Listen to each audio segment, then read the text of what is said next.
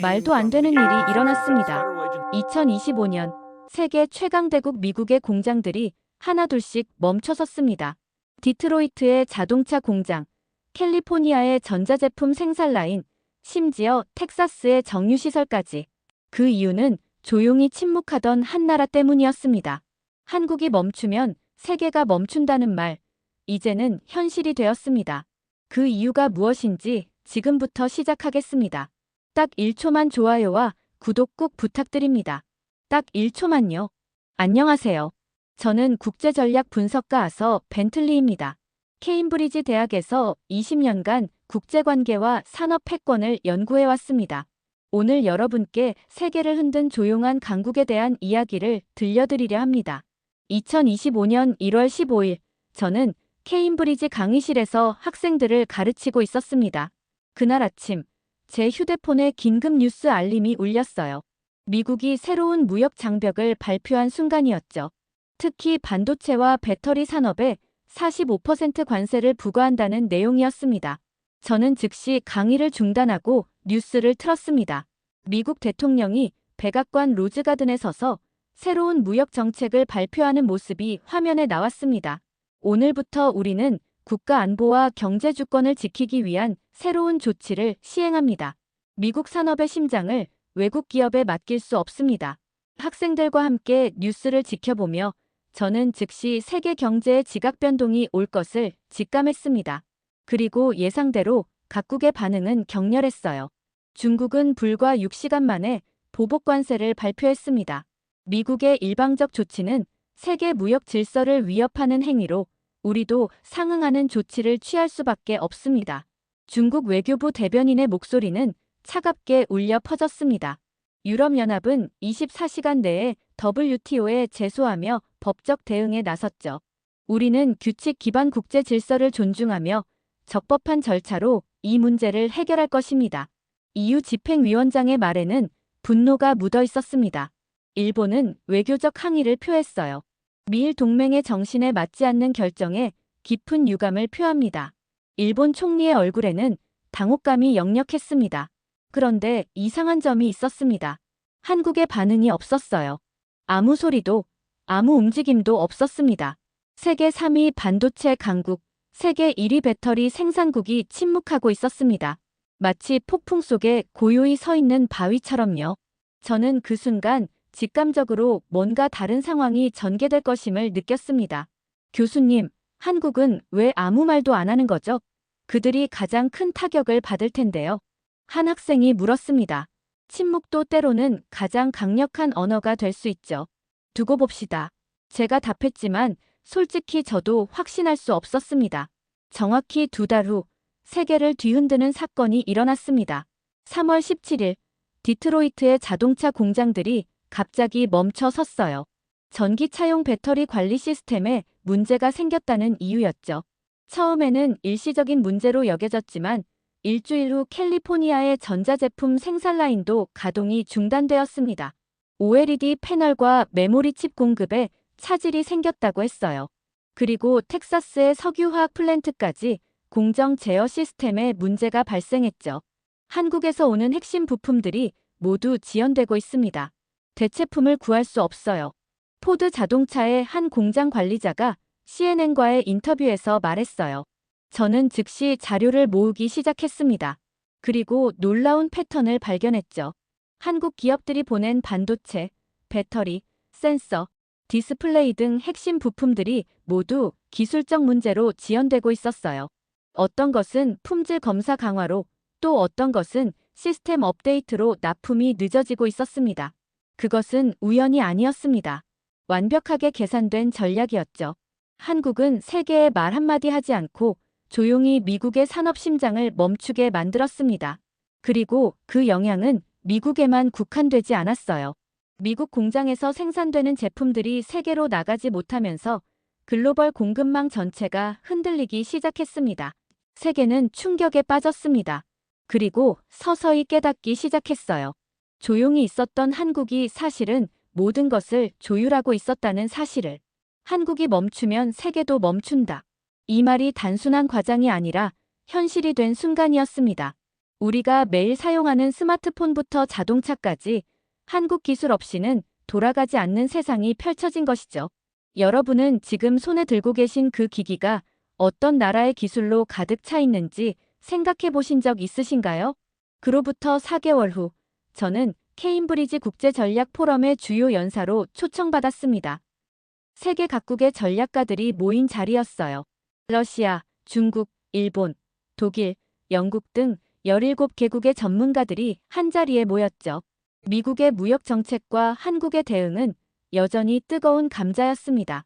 발표 시간이 다가오자 긴장감이 밀려왔어요. 제 연구 결과가 엄청난 파장을 일으킬 것이란 걸 알았으니까요. 왕립 역사학회 강당에는 400명 가까운 청중이 자리했습니다.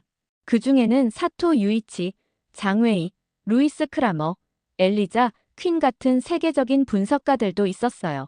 모두 제 발표를 기다리고 있었죠. 숨을 깊게 들이마시고 연단에 올랐습니다. 여러분, 오늘 저는 우리가 잘못 봐온 세계 질서의 현실에 대해 말씀드리려 합니다. 제 목소리가 강당에 울려 퍼졌어요. 지난 6개월간 모두가 미국의 정책만 주목했지만 진짜 핵심은 한국의 침묵 속 대응이었습니다. 청중석에서 웅성거림이 일어났습니다. 사토 유이치는 눈썹을 치켜 올렸고 장웨이는 의심스러운 표정으로 팔짱을 꼈어요. 미국 대표단은 불편한 기색이 역력했습니다. 구체적인 증거를 보여드리겠습니다.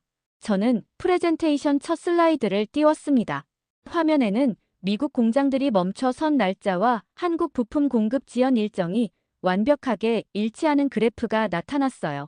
그리고 미국 GDP가 급격히 하락하는 차트도 함께 보여졌죠.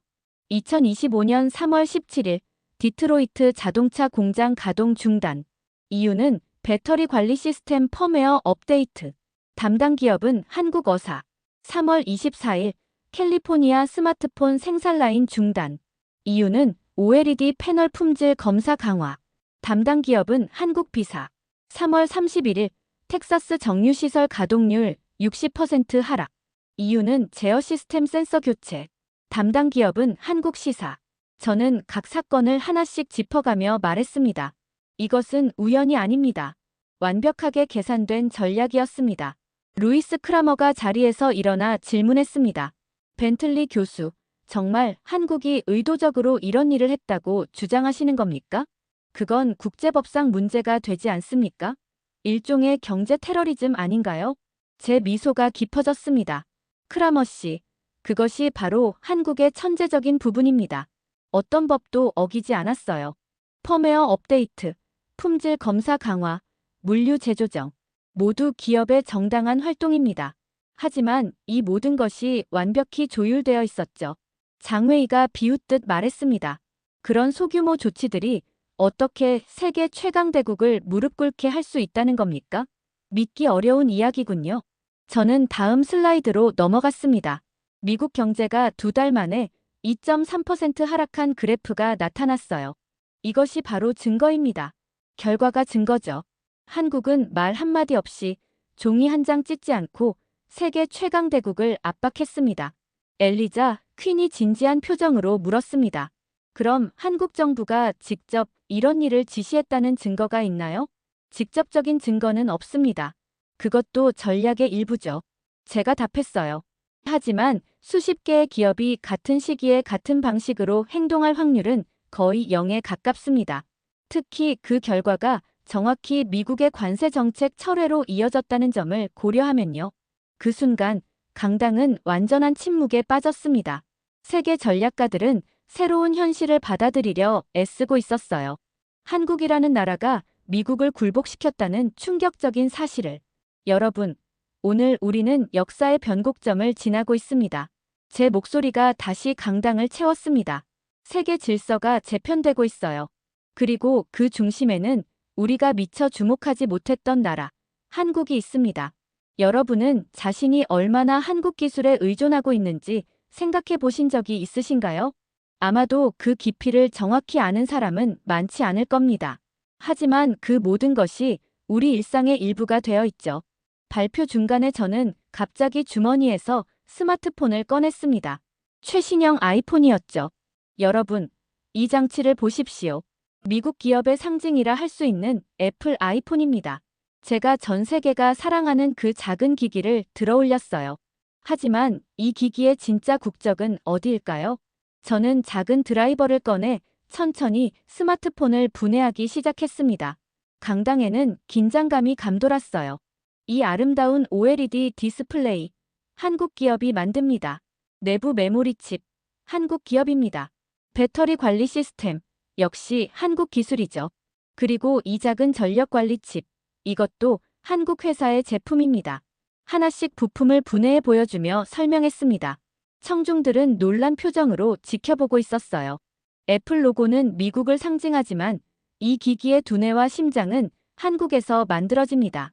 여러분이 매일 사용하는 스마트폰은 한국 부품 없이는 단지 비싼 금속 덩어리에 불과합니다. 사토 유이치가 고개를 갸웃하며 물었습니다. 그건 일본 기업들도 마찬가지입니다. 손이나 도시바도 많은 핵심 부품을 공급하고 있습니다만 제가 미소 지었습니다. 물론이죠. 하지만 차이점이 있습니다. 한국 부품은 대체가 불가능합니다. 특히 메모리와 디스플레이 분야에서는요. 저는 화면에 세계 메모리 반도체 시장 점유율 차트를 띄웠습니다. 한국 기업들이 72%를 차지하고 있었어요. 그리고 OLED 시장은 무려 93%가 한국 기업의 몫이었습니다. 한국이 제공하는 부품들은 대체제가 없습니다. 다른 공급망으로 전환하는데 최소 3년이 걸리죠. 그 3년 동안 세계 전자산업은 멈춰 서게 됩니다. 그 순간 청중석 앞쪽에서 불편한 웃음이 터져 나왔습니다. 미국 실리콘밸리에서 온 한 기업인이었죠. 벤틀리 교수님, 과장이 심하십니다. 우리는 언제든 대체 공급망을 구축할 수 있어요.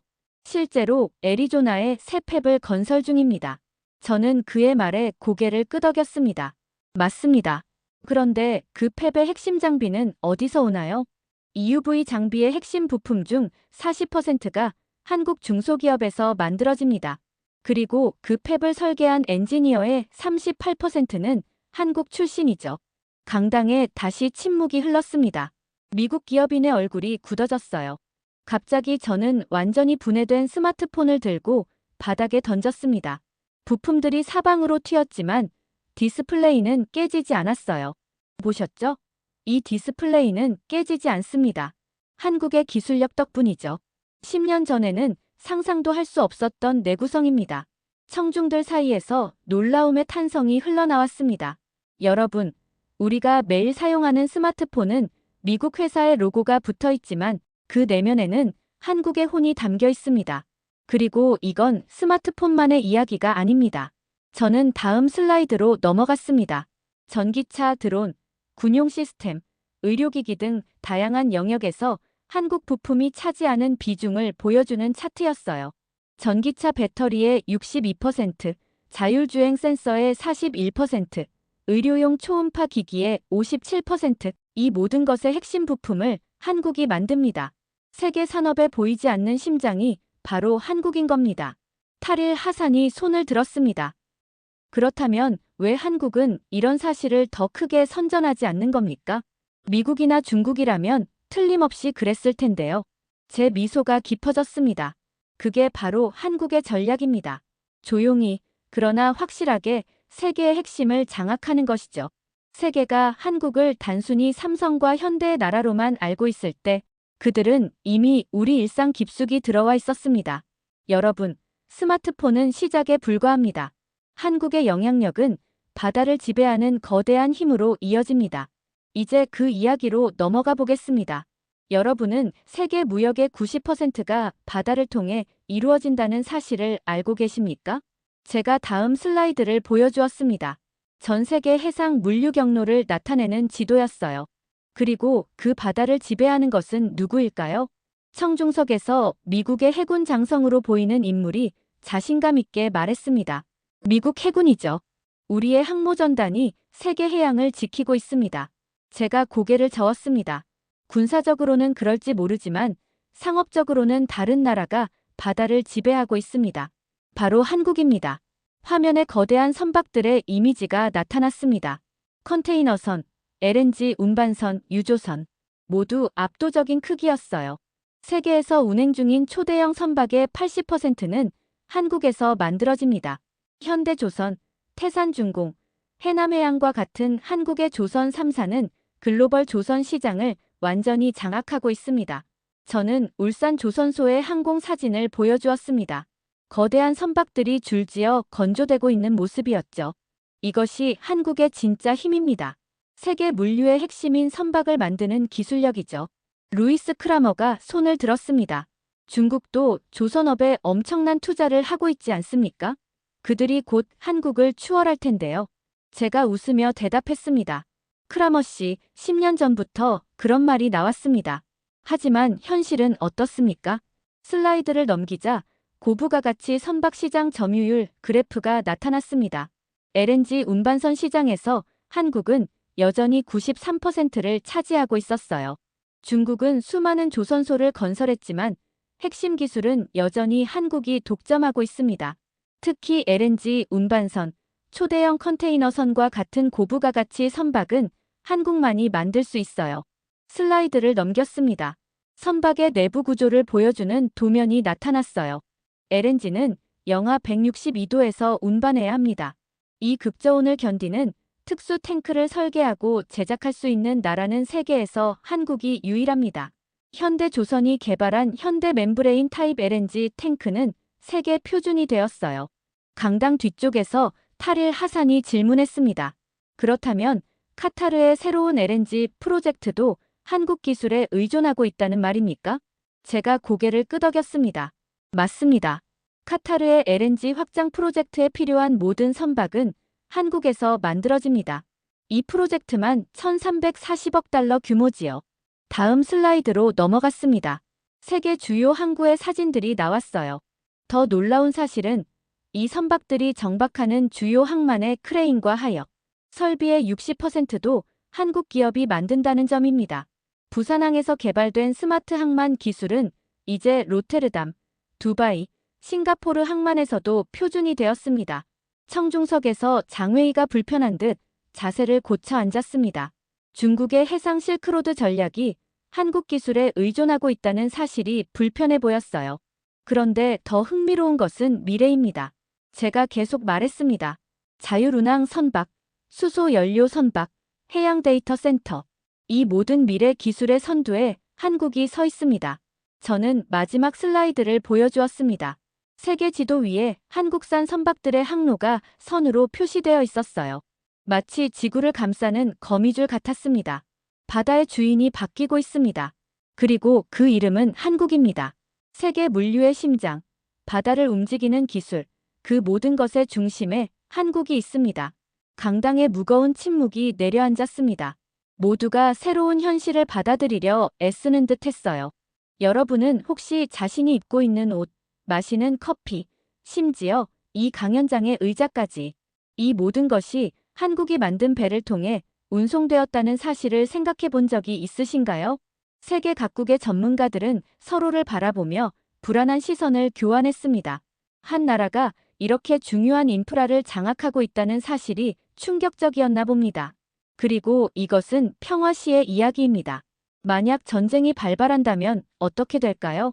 한국의 영향력은 더욱 강력해집니다. 이제 여러분께 또 다른 충격적인 진실을 말씀드리겠습니다. 한국은 이제 전쟁을 방어하는 나라가 아니라 전쟁을 만드는 나라가 되었습니다. 전쟁을 만드는 나라라니 무슨 의미입니까? 청중 중 한 명이 놀란 표정으로 물었습니다. 저는 천천히 미소 지었습니다. 물론 한국이 전쟁을 일으킨다는 뜻이 아닙니다. 한국은 이제 전쟁의 도구를 설계하고 만드는 나라가 되었다는 의미입니다. 다음 슬라이드에는 강렬한 이미지들이 나타났습니다. K-21 전차가 폴란드 들판을 달리는 모습, FA-60 경공격기가 필리핀 상공을 비행하는 장면, 그리고 FX-25 전투기의 시험 비행 사진이었습니다. 불과 10년 전만 해도 한국은 주로 미국에서 무기를 수입하는 나라였습니다. 하지만 지금은 어떻습니까? 저는 세계 방산 수출 순위 차트를 보여주었습니다. 한국은 이미 4위에 올라 있었어요. 2025년 현재 한국은 세계 4위의 무기 수출국입니다. 그리고 성장 속도는 1위입니다. 최근 3년간 연평균 성장률이 37%에 달하죠. 엘리자 퀸이 손을 들었습니다. 수치는 인상적이지만 품질은 어떻습니까? 미국이나 러시아의 무기 시스템과 비교할 만한가요? 제가 고개를 끄덕였습니다. 매우 좋은 질문입니다. 답은 예입니다. 그리고 일부 분야에서는 더 우수합니다. 저는 폴란드 국방부 장관의 인터뷰 영상을 재생했습니다. 우리는 K-21 전차의 성능에 완전히 만족하고 있습니다. 특히 전자 시스템과 네트워크 기능은 NATO 표준을 훨씬 뛰어넘습니다. 그래서 우리는 추가로 300대를 더 주문하기로 결정했습니다. 영상이 끝나자 저는 다음 통계를 보여주었습니다. 폴란드는 이미 자국 군대의 60%를 한국산 무기로 재편성했습니다. 전차, 자주포, 전투기, 군함까지. 이것은 단순한 거래가 아닙니다. 한 국가의 군사 안보를 다른 나라에 맡긴다는 의미입니다. 강당에 긴장감이 감돌았습니다. 특히 러시아 측 대표단이 불편한 기색을 감추지 못했어요. 더 흥미로운 것은 한국 무기의 경쟁력입니다. 똑같은 성능의 미국산 무기보다 30% 저렴하고 납기는 40% 빠릅니다. 그리고 가장 중요한 것은 저는 잠시 말을 멈추고 청중을 둘러보았습니다. 한국은 기술 이전을 포함한 패키지를 제공한다는 점입니다. 무슨 의미입니까? 장웨이가 물었습니다. 한국은 단순히 무기를 팔지 않습니다. 현지 생산 라인 설립, 기술 이전, 정비 시스템 구축까지 모든 것을 함께 제공합니다. 사우디아라비아, 인도네시아, 이집트. 이 나라들은 이미 자국 내에 한국 무기 생산 라인을 갖추고 있습니다. 청중석에서 미국 국방부 대표로 보이는 인물이 불안한 표정으로 질문했습니다. 그것은 미국의 대외 무기 판매 정책과 완전히 반대되는 접근 방식인데요. 동맹국으로서 미국과의 협의는 없었습니까? 저는 그 질문에 미소만 지었습니다. 이것이 바로 7장에서 다룰 흔들리지 않는 독립의 본질입니다. 하지만 그 이야기는 나중에 하죠. 다시 화면으로 돌아가 다음 슬라이드를 보여주었습니다. 한국의 차세대 무기 시스템들이었어요.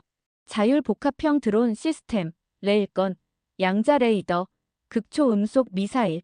한국은 이미 이런 첨단 무기들의 프로토타입을 완성했습니다. 특히 드론 스웜 기술은 세계 최고 수준입니다. 탈일 하산이 고개를 갸웃거렸습니다. 그런데 왜 우리는 이런 이야기를 거의 듣지 못했습니까? 미국, 러시아, 중국의 무기 기술은 항상 뉴스에 나오는데 한국에 대해서는 거의 보도되지 않습니다. 제가 웃으며 대답했습니다. 그것이 바로 한국의 방식입니다. 조용히, 그러나 확실하게 진행하는 것이죠. 언론의 관심을 끌지 않으면서 실질적인 성과를 이루는 겁니다.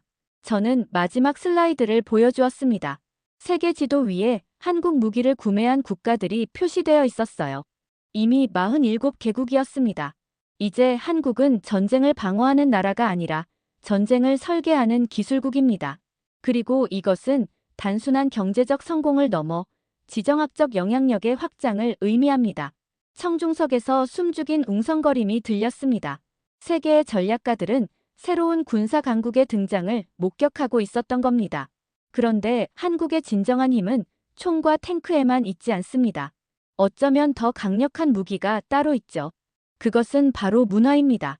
저는 갑자기 청중들을 향해 질문을 던졌습니다. 여러분, 어젯밤 무엇을 보셨나요? 잠시 침묵이 흐르다가 앞줄에 앉아있던 한 젊은 연구원이 손을 들었습니다. 저는 넷플릭스에서 한국 드라마를 봤어요. 푸른 바다의 전설이라는 작품이었습니다. 저는 그녀에게 고개를 끄덕였습니다. 다른 분들은요? 여러 사람들이 손을 들었습니다. 놀랍게도 청중의 30% 이상이 전날 밤 한국 콘텐츠를 소비했다고 대답했어요. 바로 이것입니다. 제 목소리가 강당에 울려 퍼졌습니다. 한국의 가장 강력한 무기는 문화입니다. 총 없이 세계를 정복하는 방법이죠. 다음 슬라이드에는 2025년 글로벌 문화 영향력 지수가 나타났습니다. 한국은 미국에 이어 2위였어요. 10년 전만 해도 한국 문화는 아시아의 작은 물결로 불렸습니다. 하지만 지금은 어떻습니까? 한국 드라마, 영화, 음악, 게임은 전 세계를 휩쓸고 있습니다. 저는 브라질 상파울루 광장에 모인 수만 명의 사람들이 대형 스크린으로 한국 드라마 푸른 바다의 전설 마지막 회를 함께 보는 영상을 재생했습니다. 마지막 장면에서 주인공이 재회하자 광장의 사람들이 모두 일어나 환호하고 울었어요. 이것은 단순한 인기가 아닙니다. 감정적 연결입니다. 한국 콘텐츠는 국경, 언어, 문화적 장벽을 넘어 인간의 보편적 감성을 자극합니다. 탈일 하산이 고개를 갸웃거렸습니다. 하지만 문화적 인기가 어떻게 실질적인 힘이 될 수 있습니까? 제가 미소 지었습니다. 매우 좋은 질문입니다. 한국 드라마를 본 후 사람들은 무엇을 하게 될까요? 슬라이드를 넘기자 흥미로운 통계가 나타났습니다. 한국 드라마 시청자의 68%는 한국 제품을 구매할 확률이 증가합니다. 42%는 한국 음식을 먹으러 갑니다. 37%는 한국어를 배우기 시작합니다. 그리고 23%는 한국 여행을 계획합니다. 엘리자 퀸이 질문했습니다. 그것은 단순한 소비자 행동 아닌가요? 세계 질서에 어떤 영향을 미칠 수 있습니까? 소프트 파워라고 들어보셨나요? 제가 대답했습니다. 한국 문화는 이제 국가 이미지와 직결됩니다. 푸른 바다의 전설을 본 브라질 사람들은 한국에 대해 더 긍정적인 인식을 갖게 됩니다. 이것은 외교, 무역, 정치적 영향력으로 이어집니다. 저는 인도네시아 자카르타 공연장에서 나의 선생님 마지막 회를 함께 보고 박수치는 관객들의 영상을 보여주었습니다. 그들의 얼굴에는 눈물이 가득했어요. 이 사람들에게 한국은 더 이상 먼 아시아의 작은 나라가 아닙니다. 감동과 위로를 주는 친구이자 동경의 대상이 되었습니다. 장웨이가 비웃듯 말했습니다. 그렇다 해도 문화적 인기는 일시적입니다. 할리우드도 그랬고 일본 애니메이션도 그랬죠. 제가 고개를 저었습니다. 차이가 있습니다. 한국 문화는 단순한 트렌드가 아니라 생태계를 구축했습니다. 음악, 드라마, 영화, 게임, 패션, 음식, 모든 요소가 유기적으로 연결되어 있어요. 다음 슬라이드는 한국 문화 산업의 경제적 규모를 보여주었습니다. 2025년 기준으로 무려 1280억 달러였어요. 이것은 단순한 문화 상품이 아닙니다. 국가 브랜드이자 외교적 자산입니다. 한국 문화를 사랑하는 나라의 국민들은 정부 정책에도 영향을 미치죠. 사토 유이치가 불편한 표정으로 질문했습니다. 일본도 오랫동안 문화 수출을 해왔습니다만 이런 식의 영향력은 보지 못했습니다. 한국은 어떻게 이런 성과를 이룰 수 있었습니까? 두 가지 이유가 있습니다. 제가 답했어요. 첫째, 한국 문화는 전통과 현대를 완벽하게 융합했습니다. 둘째, 한국은 문화를 국가적 프로젝트로 삼았어요. 그것은 단순한 산업이 아니라 국가 전략이었습니다. 마지막 슬라이드에는 간단한 문장이 적혀 있었습니다. 한국의 콘텐츠는 감정의 해방이자 총보다 강한 무기입니다. 저는 청중을 바라보며 말했습니다. 여러분, 한국의 진정한 힘은 여기에 있습니다. 사람들의 마음을 사로잡는 능력이죠. 그리고 이 힘은 군사력이나 경제력보다 더 오래 지속됩니다. 여러분도 한국 드라마나 영화를 보면서 눈물을 흘려본 적이 있으신가요? 그렇다면 여러분도 이미 한국의 문화적 영향력 아래 있는 겁니다. 여기까지 제가 한국의 힘에 대해 말씀드렸습니다만 가장 중요한 부분이 아직 남아 있습니다. 저는 청중을 둘러보며 말했습니다. 바로 한국의 독립적 결정권입니다. 다음 슬라이드에는 굵은 글씨로 흔들리지 않는 독립이라고 적혀 있었습니다. 역사적으로 한국은 강대국 사이에 끼인 작은 나라로 여겨졌습니다. 하지만 지금의 한국은 어떨까요? 지난 5년간 한국이 내린 중요한 결정들을 살펴봅시다. 저는 4가지 중요한 사례를 소개했습니다. 첫째, 2023년 미국이 반도체 산업 핵심 데이터 공유를 요청했을 때 한국은 이를 거부했습니다. 화면에는 미국 상무부 장관과 한국 산업부 장관의 회의 장면이 나왔습니다. 긴장감이 감도는 분위기였어요. 미국의 압박에도 불구하고 한국은 자국 기업의 핵심 기술 정보를 보호하기로 결정했습니다. 그 결과 양국 관계에 일시적인 냉각기가 있었지만 결국 미국은 한국의 결정을 존중할 수밖에 없었죠. 청중석에서 미국 대표단이 불편한 표정을 지었습니다. 둘째, 2022년 중국의 사드 보복이 계속될 때도 한국은 방어 시스템을 철수시키지 않았습니다. 화면에는 한국에 배치된 사드 미사일 방어 시스템과 이에 반발하는 중국의 경제 보복 조치에 관한 뉴스 영상이 나왔습니다. 중국의 경제적 압박에도 불구하고 한국은 자국 안보를 위한 결정을 번복하지 않았습니다. 그리고 중국은 결국 양국 관계 정상화를 위해 한 발 물러설 수밖에 없었죠. 장웨이가 미간을 찌푸렸습니다. 셋째, 2019년 일본이 핵심 소재 수출을 제한했을 때 한국은 불과 1년 만에 대체 기술을 개발해 역전시켰습니다. 화면에는 한국의 소재 기업이 개발한 대체 기술이 일본 제품보다 우수하다는 시험 결과가 나왔습니다. 일본의 경제적 압박은 오히려 한국의 기술 독립을 앞당겼습니다. 이제 한국은 해당 분야에서 일본을 추월했고 세계 시장을 장악하고 있죠. 사토 유이치가 고개를 숙였습니다. 마지막으로 2022년 러시아 제재에 있어서도 한국은 독자적인 판단으로 참여했습니다. 화면에는 러시아 제재 참여국 목록과 한국의 독자적 제재 내용이 나왔습니다.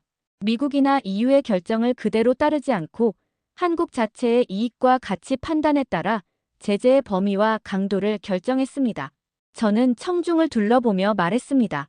과거 한국은 미국, 중국, 일본 사이에서 균형을 맞추기 위해 고군분투했습니다.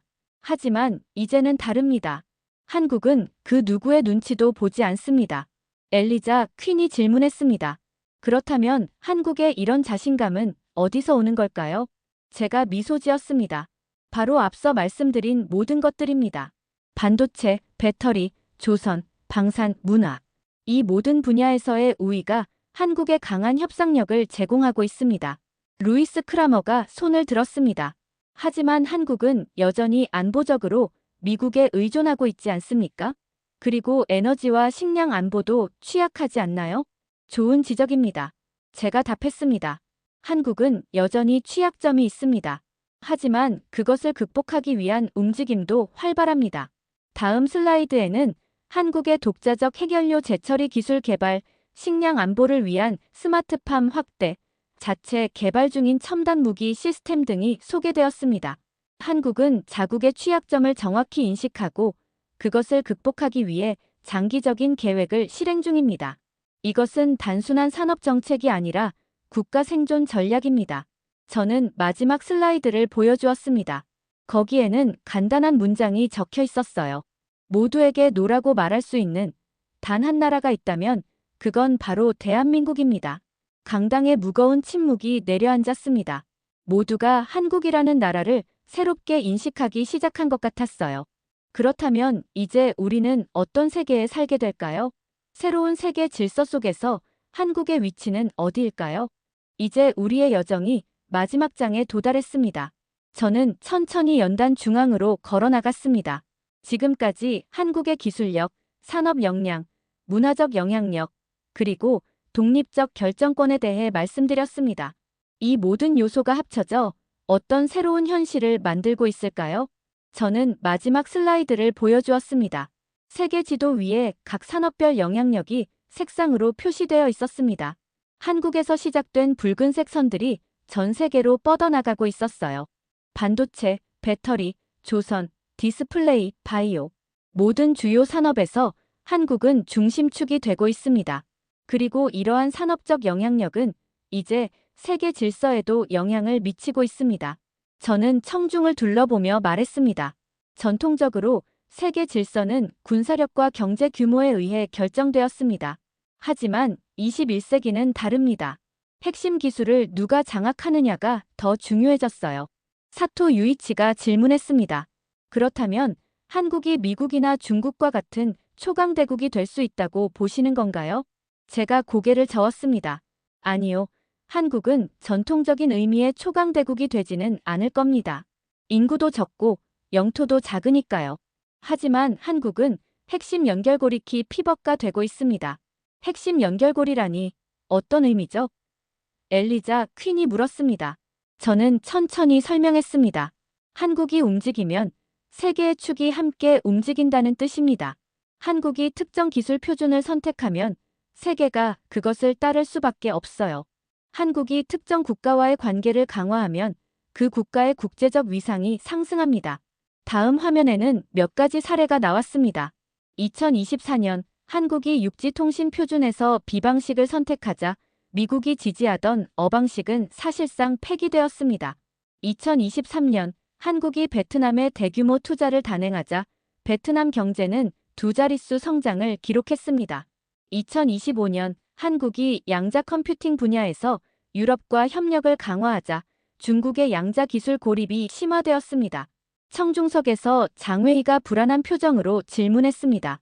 그렇다면 한국은 중립적 위치를 유지하나요? 아니면 미국이나 우리 같은 특정 진영에 설 건가요? 제가 미소 지었습니다. 그것이 바로 핵심입니다. 한국은 어느 쪽에도 서지 않습니다. 오직 한국의 이익을 위해 움직이죠. 때로는 미국과, 때로는 중국과, 때로는 유럽과 함께 갑니다. 그리고 그 선택이 세계의 균형을 바꿉니다.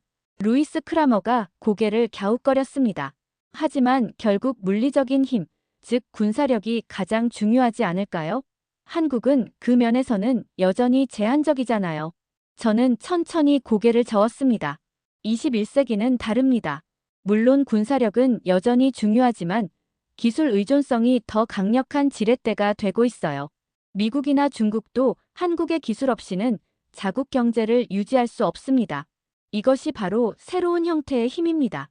강당 전체가 조용해졌습니다. 모두가 이 새로운 세계 질서를 이해하려고 애쓰는 듯 했어요. 저는 마지막 결론을 말했습니다.